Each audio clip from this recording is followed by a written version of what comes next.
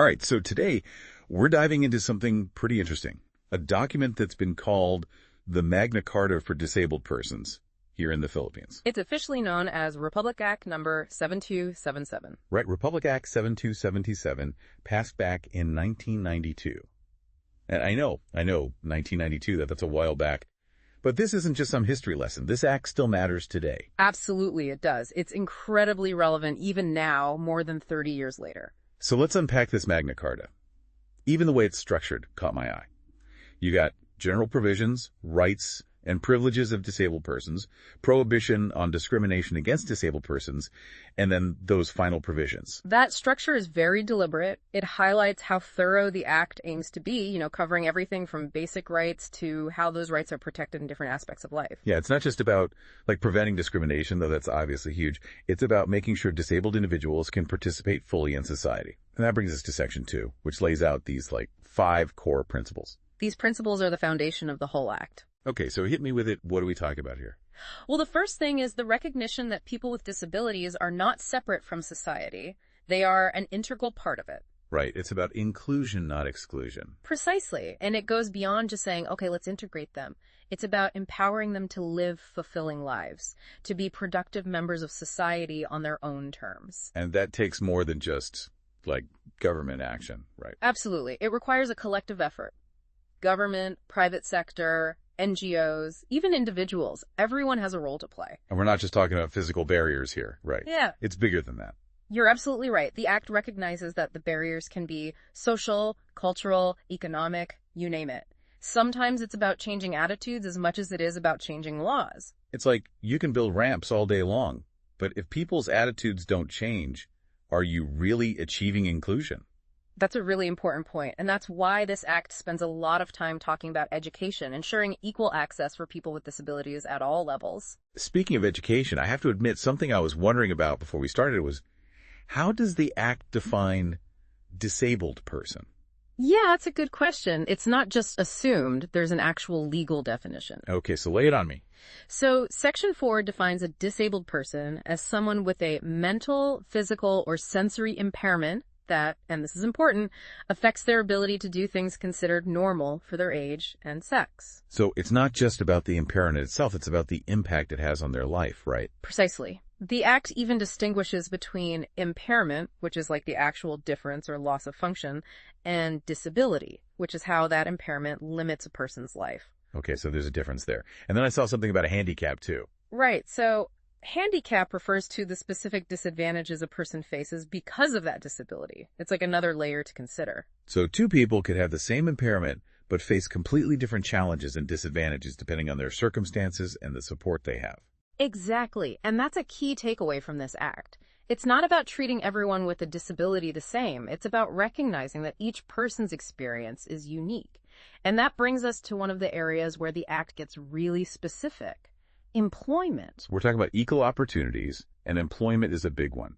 What kind of impact has this act actually had on jobs for people with disabilities in the Philippines?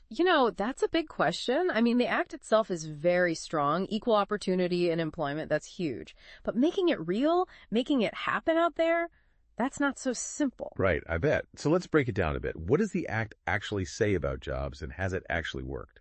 Well, one concrete thing is this 5% quota they have. Certain government jobs, they have to reserve at least 5% of those positions for people with disabilities. Okay, 5%, that doesn't sound like a huge number. It might not sound like much, but when you think about how low employment rates for people with disabilities have been, it's a start. At least it's something concrete. Yeah, it's a statement, yeah. Right? The government saying, we're taking this seriously. But has it actually been effective? What are the results? That's where it gets interesting, because there's a lot of debate about that quota system. Some people say it's working, that we're seeing more disabled people in government jobs, which is good, of course. But then others say a lot of those jobs are low level, not much room to move up. So it's they're getting their foot in the door, but is it really a fair shot? Exactly. And that's why you have to look at some of the other parts of the Act, too. It doesn't just say, hire this many people. There's stuff about vocational rehab, apprenticeships, even tax breaks for companies that hire disabled people. So it's trying to create a more supportive environment overall, not just forcing quotas. Exactly. It recognizes that getting a job is one thing, but you need more than that. People need skills, chances to learn and grow to build a real career. Okay, that makes sense. And speaking of opportunity, there's another big part of this act that I found really interesting: education. Oh, absolutely. Everyone knows how crucial education is, but for people with disabilities, it can be even more life-changing. So how does the act address those specific challenges that disabled students might face? Well, it starts with a really strong statement. All disabled persons have the right to a quality education at every level. No exceptions. That's a big deal.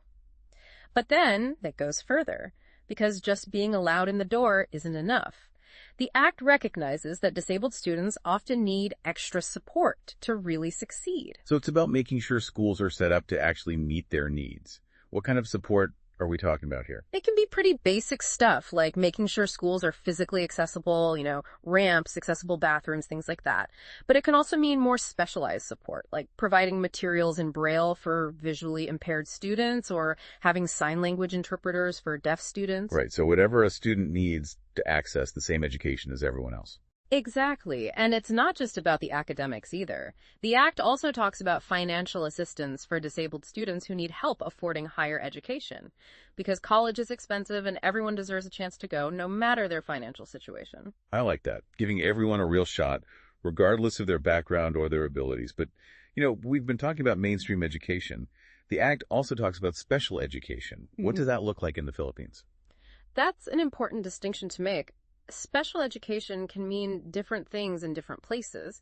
In the Philippines, the Act mandates a system of special education that is both comprehensive and integrated. Okay, so what does that mean in practice? Are we talking about separate schools or classrooms for students with disabilities? It can involve separate settings, but the goal is to integrate those services into mainstream schools as much as possible. The idea is that children with disabilities should be able to learn alongside their peers without disabilities whenever possible. That makes sense. But creating a system like that can't be easy. Yeah. It takes resources, right? Trained teachers, funding, all of that. You're absolutely right. It's a big job, and the Act recognizes that. It says that funding for special education has to be shared between the national government and local governments. And it really pushes for teacher training, making sure there are enough qualified teachers who are ready to work with students with disabilities. Because you need people who are equipped to do it right. Right. To make inclusion really work. Exactly. And the Act goes even further. It encourages the development of vocational and technical training programs specifically designed for disabled persons. Because not everyone learns the same way, and not everyone thrives in a traditional academic setting. Right. It's about providing different pathways for people to find fulfilling work that uses their skills and talents. Exactly. It all goes back to that main goal of empowering disabled people, not just to survive, but to really thrive. So we've talked about the goals, right? Equal opportunities, breaking down those barriers. But how does this act actually make it happen? Like, is there any way to make sure it's not just words on paper? That's where it gets really interesting, because this act has teeth. Okay, now you've got my attention. Tell me more about that. Well, the Act makes it clear that the Secretary of Justice is the one who's responsible for investigating any violations. So if someone feels like their rights under this act have been ignored, they have somewhere to go. Exactly. They can file a complaint and know it's going to be taken seriously. There's a process for that. Okay, so there's accountability. But what happens if they investigate and find out, someone messed up, someone violated the act? What are the consequences? Well, the court has some real power here. They can issue what's called equitable relief. It could be anything from making a business immediately stop what they're doing, like if they're discriminating against someone, to forcing them to make their building accessible, or even making them pay back wages to an employee they treated unfairly. So it's about righting the wrong, not just a slap on the wrist. Exactly. It's about making the situation right. And on top of that, there are penalties for violating the act, serious fines, even jail time in some cases.